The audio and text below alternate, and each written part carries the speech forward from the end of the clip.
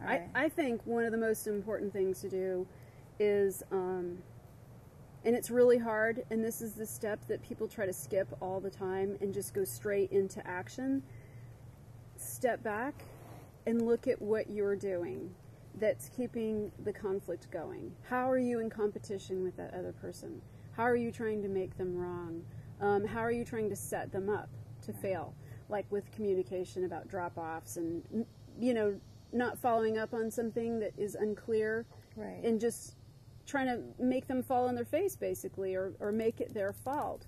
I think if you don't do that part first, then everything else that comes after that is, it doesn't really matter. It's probably not going to work. Right. Right. So you have to be clear within yourself whether you're doing it in the right way. See her as a human being. Right.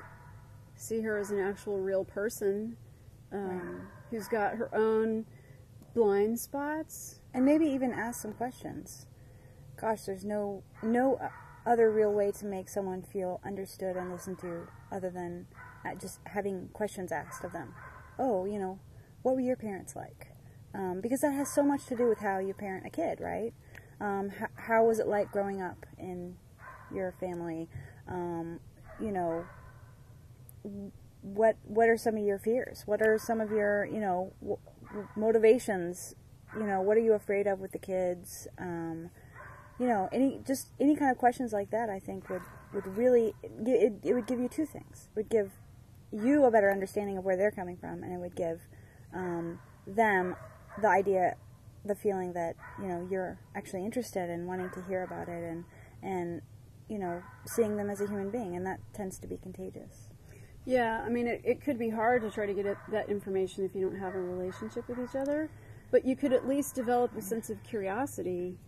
Well, some of those questions can be fairly casual. I mean, just in a pickup or a drop-off, you know? I mean, there were lots of times when we'd go into the house and I'd be standing around thinking, oh, God, this is horrible. And that's when you said, tell me about your childhood.